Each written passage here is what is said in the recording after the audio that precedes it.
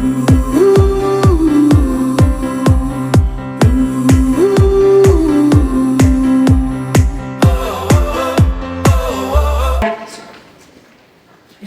2, serunya belajar bermain. Jadi untuk bagian ini, bab ini kita bisa lihat sama-sama dia punya pertanyaan refleksi. Saya baca saja ya. Nanti ada yang menjawab, silakan angkat. Ya, apakah di sekolah Bapak Ibu murid-murid sering diajak bermain permainan tradisional sebagai bagian dari pembelajaran? Dalam pembelajaran kira-kira ada permainan tradisional apa yang mungkin pernah pakai? Di kelas berapa saja boleh? Ya. Atau permainan tradisional.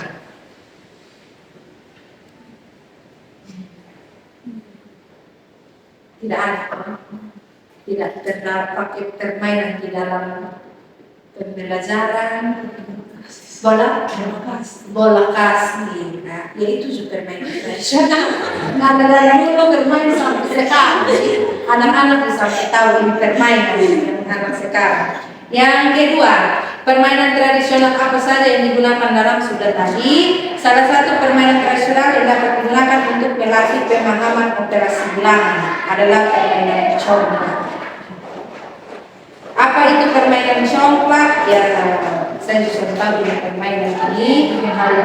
Ya, kalau dulu saya SD, karena tidak ada dia punya alat itu, jadi garis di kertas putih, buat dia lingkaran, baru mulai pakai batu. Ya, jalan-jalan untuk begitu. Nah, jadi di ini modul ini untuk berhitung dia pakai contoh dari permainan congklak. Nah, dari situ ada kemarin kami diajarkan untuk bagaimana kita belajar matematika di kelas itu kita pakai alur namanya alur gembira. Alur gembira dimulai dari yang pertama GE, gali dan eksplorasi. Nah, di bagian gali dan eksplorasi ini maksudnya kita cari tahu di anak-anak punya pengalaman sehari-hari itu. Pengalaman apa yang dekat dengan materi operasi kita? Contohnya sama tadi permainan apa yang biasanya anak-anak pakai sambil berhitung. Begitu. Selain congklak, kalau di sini kelereng, kalau bermain kan pasti putih hitung. Berapa kali kita ini putih dan teman punya kelereng. Begitu. Jadi untuk gali dan eksplorasi silakan ini bukan Indonesia saja tapi ibu-ibu yang lain juga bisa terapkan di kelas. Coba mulai dari gali pengalaman yang murid-murid punya dengan pelajaran matematika. Kemudian eksplorasi. Eksplorasi itu maksudnya kita cari tahu kira-kira selama anak-anak bermain itu ada tidak dia punya konten matematika di dalam. Jadi sama kayak congklak ini selain bermain mereka juga ada dari. Nah, salah satunya di sini silakan ibu lihat, kita tidak perlu bahas dari konsep, kita langsung saja di contoh aktivitas. Di sini ada beberapa permainan. Yang pertama ada permainan congklak. Di congklak itu dia punya aktivitas matematikanya itu adalah menjumlahkan biji yang dikumpulkan dari lubang ke lubang. Kemudian kita bisa mengurangi biji saat diambil. Proses matematikanya berjalan. Yang kedua, petak umpet. Kalau kita di sini nggak bilang main sembunyi. Kalau di main sembunyi ini dia punya aktivitas matematikanya itu menghitung jumlah anak yang bersembunyi dan dikurangi salah satu persatu jika ditemukan. Begitu. Yang ketiga, lompat tali. Di sini itu dia sudah. Jadi sekarang ini kalau anak baru bermain di luar kita dengar. Itu kalau itu permainan ada berhitung dan belajar biar atau aktivitas matematikanya menjumlahkan jumlah lompatan atau skor setiap anak dalam satu sesi permainan. Yang berikut ada gobak sodor. Nah, ini saya juga. Gobak sodor menjumlahkan jumlah pemain yang berhasil lolos dari penjaga garis. Kalau kita yang ini bermain, dua orang berpegang ini lain di kelompok, dong mulai bertangkap atau bermain apa? Anak-anak. Maksudnya bisa macam itu. Jadi dong menyanyi kelompok masuk tangkap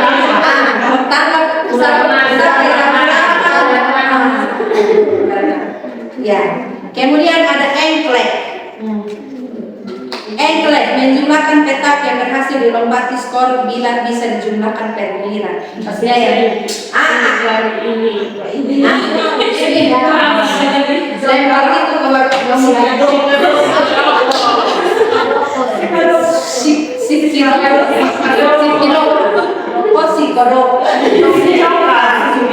Oke, bentengan mengurangi jumlah anggota tim yang tertangkap saat bermain. Ini dong biasa main pakai batu, susun baru mulai balempar susun. Nah, ya, berarti masa kecil sama. Terus ada ular naga tadi.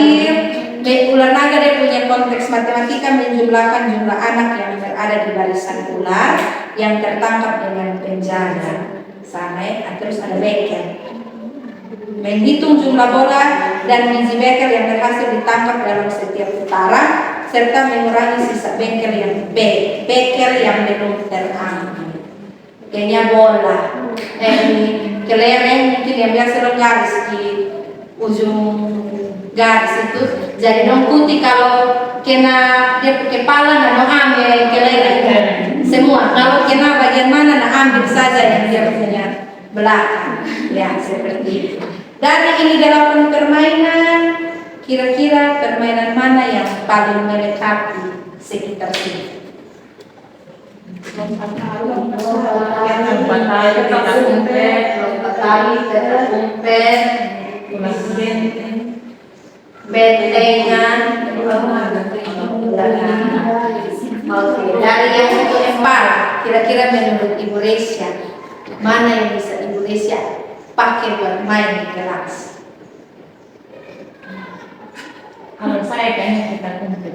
Petak umpet. Di dalam kelas, di luar kelas? Di luar kelas aja. Di luar kelas. Oke. Di dalam kelas juga ya bisa semua di dalam kelas. Dalam meja. Oke, kita lanjut. Dari situ, dari itu pengalaman dan juga itu jenis-jenis ini permainan, kita masuk membuat konten. Nah, di dalam membuat konten ini maksudnya ketika kita mengajar dengan anak-anak, setelah kita sudah tahu dong pernah bermain ini. Nah, kira-kira dia punya ini bagian matematika yang seperti apa yang kita rancang supaya ketika ini anak-anak bermain, dong juga ada belajar. Jadi kita rancang dia punya model aktivitas. Nah, di sini yang harus kita perhatikan itu ada 3. Ini kecil deh saya baca. Yang pertama itu adalah change atau perubahan. Kemudian yang kedua itu ada bagian-bagian keseluruhan dan yang ketiga itu harus ada membandingkan. Jadi di dalam ini struktur pengenalan operasi hitung ini harus ada ini kemampuan anak dalam berubah. Artinya dia bisa hitung hanya 1 tambah 1. Tapi ketika dia bermain itu permainan sembunyi, dia sudah bisa hitung penjumlahan selain 1 tambah 1. Jadi dia punya pola pikir itu berubah, ada perubahan. Nah, yang kedua itu bagian-bagian keseluruhan. Maksudnya di dalam itu TP yang diminta itu kita mau mengajar misalkan penjumlahan itu yang hasilnya sampai 20. Berarti itu permainan kita harus rancang dia supaya ketika anak-anak bermain dong sudah bisa hitung secara keseluruhan itu TP. Jadi itu TP terjawab lewat itu permainan. Nah, itu yang kedua. Yang ketiga, membandingkan. Di dalam penjumlahan, jangan lupa kita sisip itu, membandingkan bilangan. Jadi, anak-anaknya setelah bermain, oh dia ternyata sebelum bermain saya hanya bisa 1 tambah 1. Setelah bermain petak umpet, saya sudah bisa 5 tambah 5. Misalkan begitu. Jadi dia membandingkan antara dia kemampuan sebelumnya dengan dia kemampuan setelah dia bermain. Nah, dari situ, dari itu 3 struktur, maka ini ada contoh. Kenan mempunyai 5 kerikil, lalu Safran mempunyai 3 kerikil. Berapa total kerikil yang dimiliki Kenan dan Saran? Ini contohnya. Maksudnya ketika kita selesai bermain, ini Ibu Resya bisa lakukan umpan balik atau lakukan diskusi dengan anak-anak. Bawalah kalimat-kalimat matematika yang di dalamnya itu ada tentang penjumlahan. Begitu. Contohnya seperti ini. Kemudian apa ini lanjut ke pemisahan secara menyeluruh. Dia punya contoh-contoh ilustrasi seperti ini. Tapi saya yakin Ibu Resya pasti di kelas dia punya bahasa lebih kepada bahasa anak-anak. Sesuai bahasa jadi tadi lu bermain. Jadi lu bermain tadi lu dapat berapa orang? Oh tadi saya dapat 5 Ibu. Terus yang lu sampai temukan ada berapa? Ada begini. Nah kalau itu semua anak yang ikut bermain dalam kelompok berapa? Jadi dia bahasanya mungkin begitu. Kita lanjut ke yang berikut, buat aktivitas. Dibuat aktivitas, ini ada contoh permainan.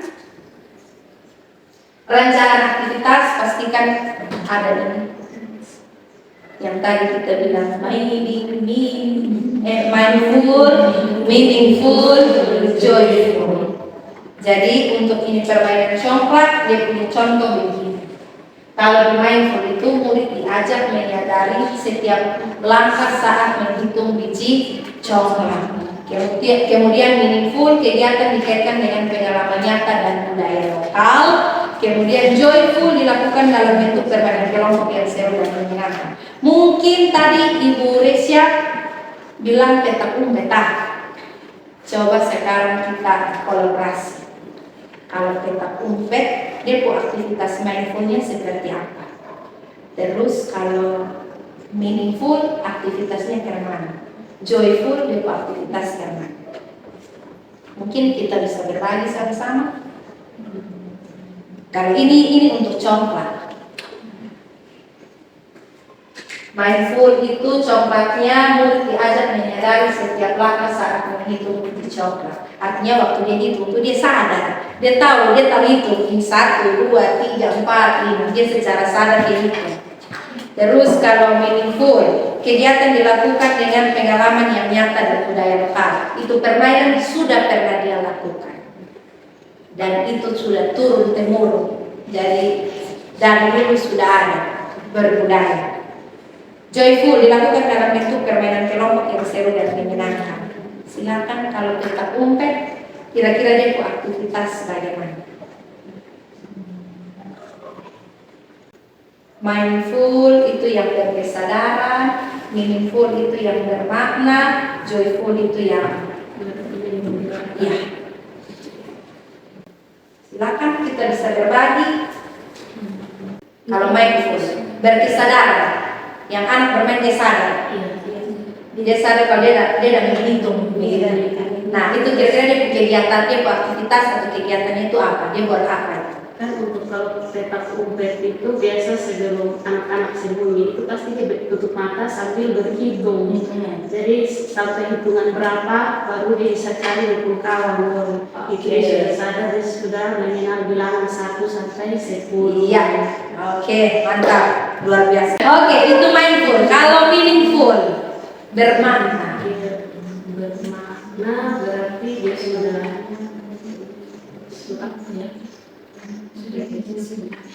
itu juga permainannya turun temurun. Jadi sebelum dia bermain dia sudah tahu dia makna dari permainan itu, bahwa setelah dia berhitung dia akan cari di kawan yang sedang sembunyi. Oke, ya berartinya kalau di meaningful tuh Jadi anak sudah tahu dia aturan-aturan dalam permainan. Jadi dia tidak berusaha untuk tidak langgar itu aturan. Jadi hitung sampai di ini angka berapa atau bilangan berapa, dia harus sudah cari anak-anak mulai. Oke, terima kasih. Yang ketiga joy. Kalau untuk yang joyful, yang menggerakkan itu berarti pada saat dia temukan itu kawan itu otomatis dia akan senang. Iya, Karena dia sudah lihat dia punya kawan. ya, luar biasa. Itu joyful. Mari kita tepuk tangan. Oke, terima kasih banyak. Ya, jadi contoh penerapannya seperti itu. Jadi ini mungkin juga bisa menarik yang tadi modul ajar. Ini dia punya desain pembelajaran. Ya, desain pembelajaran itu kalau bisa nanti aktivitasnya dibuat begitu. Jadi ada meaningful-nya, ada dia punya mindful, joyful-nya. Begitu. Oke, kita lanjut. Dan ini alat dan bahannya langkah-langkah. Nah, ini dia punya proses dari aktivitasnya begini. Kalau petak umpet, ada pembukaan, ini desain pembelajaran. Desain pembelajarannya begini. Kalau pakai permainan, pembukaan itu guru memulai dengan tanya jawab yang ringan. Siapa yang pernah bermain congklak dan menunjukkan cara bermain. Kemudian dilakukan diskusi awal.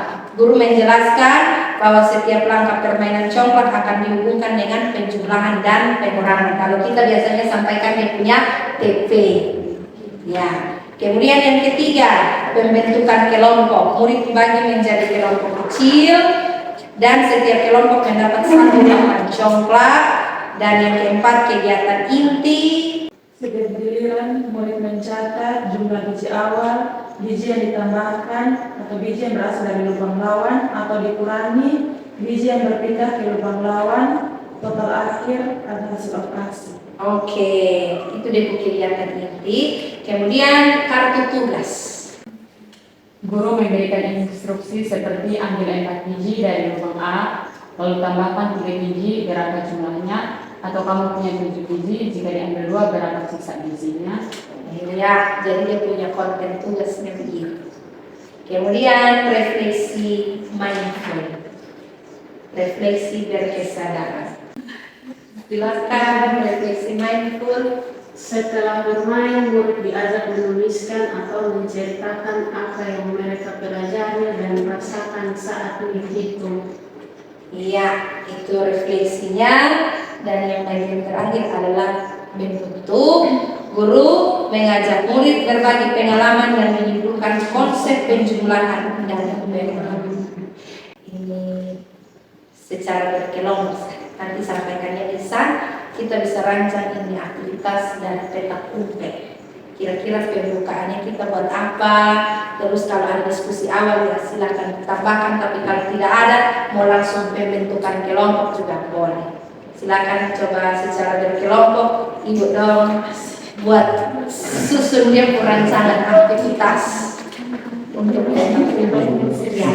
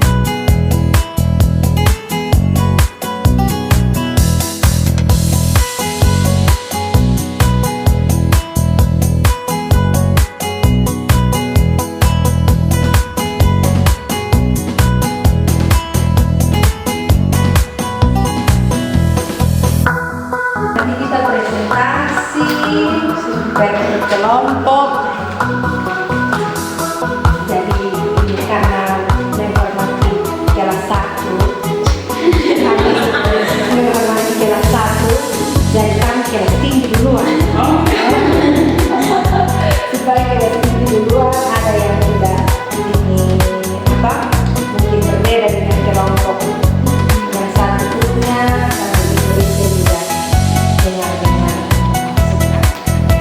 Silakan di tempat berdiri di bawah.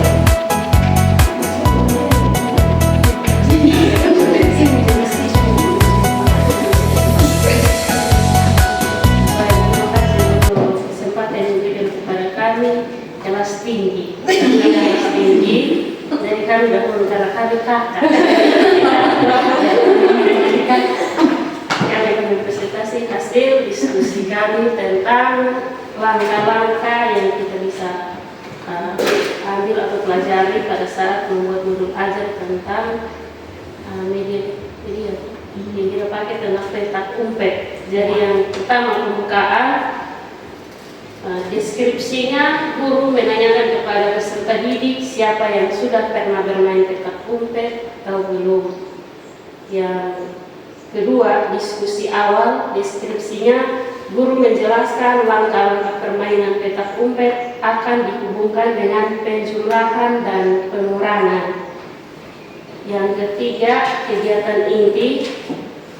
Deskripsinya, yang pertama guru menanyakan kepada peserta didik siapa yang menjadi penjaga atau pencari dan peserta didik lain bersembunyi. Jadi itu guru menanyakan kepada siswa siapa yang mau berinisiatif sendiri tanpa paksaan untuk menjadi penjaga.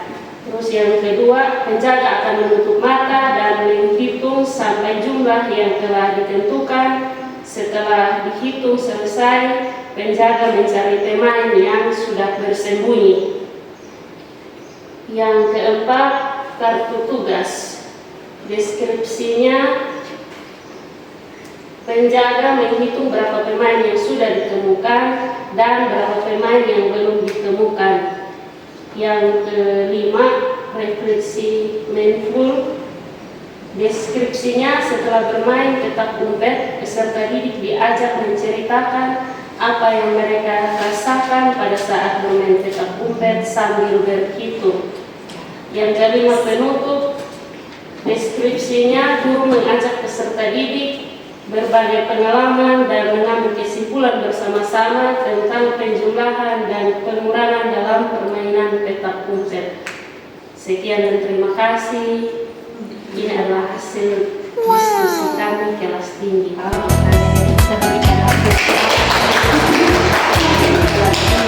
Silakan berikutnya kelompok kelas rendah adik-adik. Baik, terima kasih atas waktu dan kesempatan yang diberikan kepada kami. Kami dari kelas rendah akan mempresentasikan hasil diskusi kami. Jadi yang pertama, kami sebagai guru akan menanyakan kepada anak-anak apakah anak-anak sudah pernah bermain petak umpet atau belum. Diskusi awal, kami guru akan menjelaskan kepada anak-anak bahwa dari permainan petak umpet ini mereka akan belajar tentang penjumlahan dan pengurangan.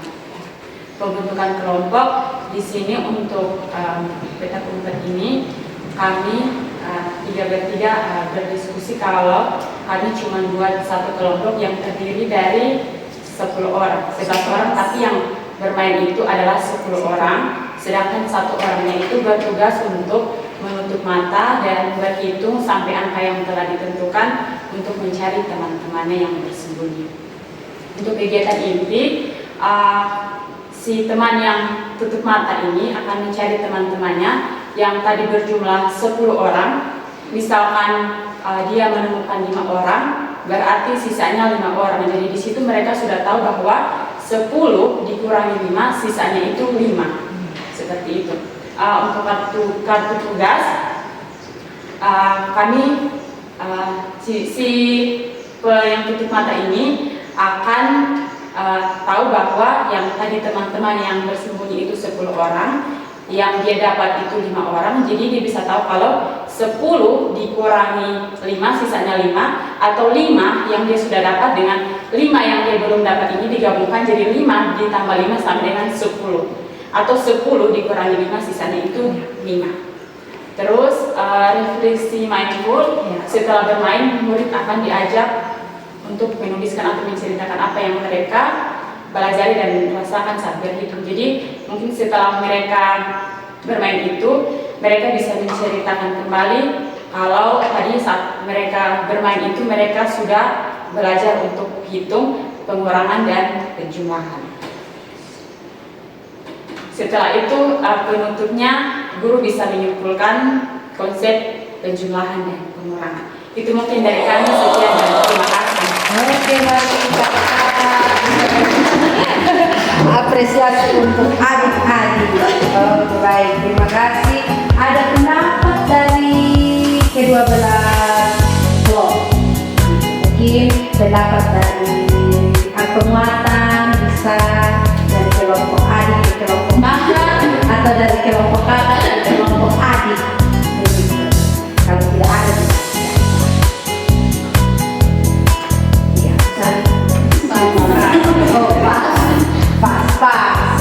Berarti kakak bisa menerima adik, adik bisa menerima kakak. Ya, baik. Terima kasih banyak ibu-ibu guru semua, luar biasa. Sebenarnya prosesnya ini juga yang kami lakukan ketika kegiatan seperti itu. Jadi saya tidak harus menilai kalau judge. Ya, menilai kalau ini kelompok yang benar, ini kelompok yang salah. Tapi semua yang sudah disampaikan itu artinya proses dari kita belajar bersama, dan semuanya itu baik. Ketika guru kasih kita tugas untuk anak-anak kerja seperti yang kita sekarang.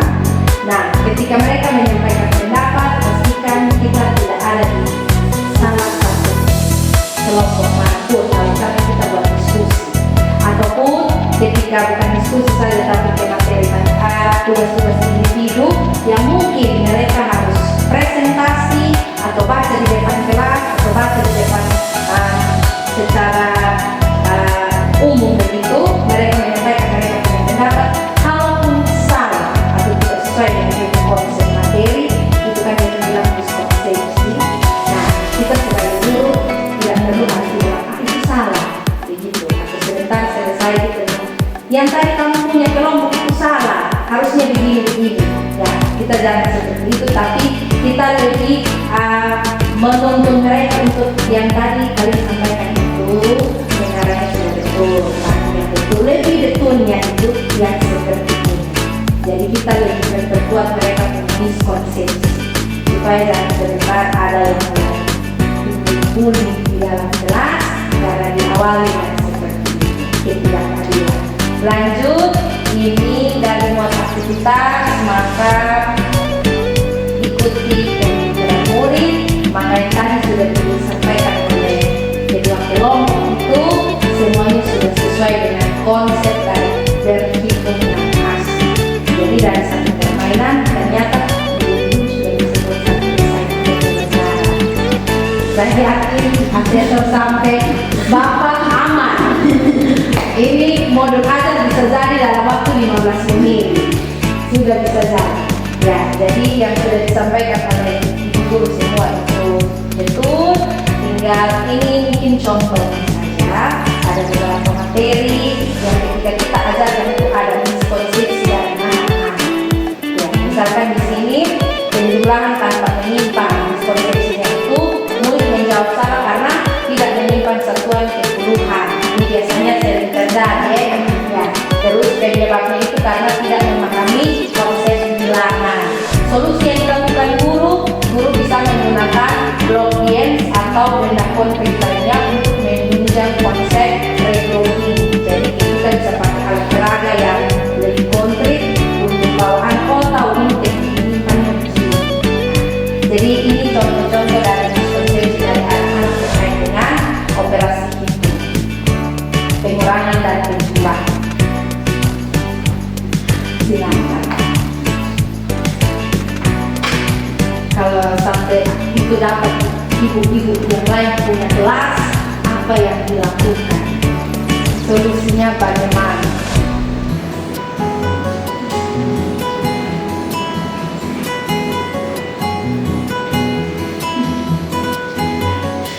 berbagi deh. Biasa kita melakukan pembimbingan terus dan tadi Ibu Resta bilang sudah diajar terus sudah sampai pegang tangan untuk latih dia tulis, tapi dikasih materi untuk suruh tulis dia buat lingkaran atau dia buat awal dengan itu mungkin kita harus membimbing dia terus menerus, pasti lama kelamaan dia bisa. Iya, oke. Terima kasih Ibu. Ibu Taya. Oh, Taya. Ini kalau itu nama. Ibu Taya. Oke, terima kasih banyak Ibu Taya. Masih ada yang mau menambahkan? Baik, kalau dari Ya. saya mungkin kalau kita sudah bimbing di sekolah dan kita pada saat untuk dia mandiri untuk tidak bisa, itu pasti kalau bukan dari lingkungan sekolah berarti dari lingkungan rumah. Karena anak-anak kebanyakan di sekolah kita masih belajar mati-matian, sampai di rumah karena kurang perhatian dari orang tua hilang semua. Jadi pokoknya langsung ujung sekolah saya itu ilmu pasti tidak ada lagi karena sampai di rumah orang tua tidak bimbing lagi. Jadi sampai di sekolah saya ini yang guru kasih terus. Jadi sampai ujung sekolah sih sebenarnya sudah lupa karena sampai di rumah tidak diasah lagi. Mungkin dari saya seperti itu. Jadi kalau bisa kalau anak-anak seperti itu kita dekati dengan orang tua. Pendekatan dari orang tua supaya kita memberitahu supaya sampai di rumah pun orang tua jangan lepas tangan, harus bimbing terus supaya apa yang dia dapat di sekolah bisa diajarkan lagi di rumah supaya diingat terus. Ya. Biasa, terima kasih banyak. Ya, jadi itu beberapa solusinya.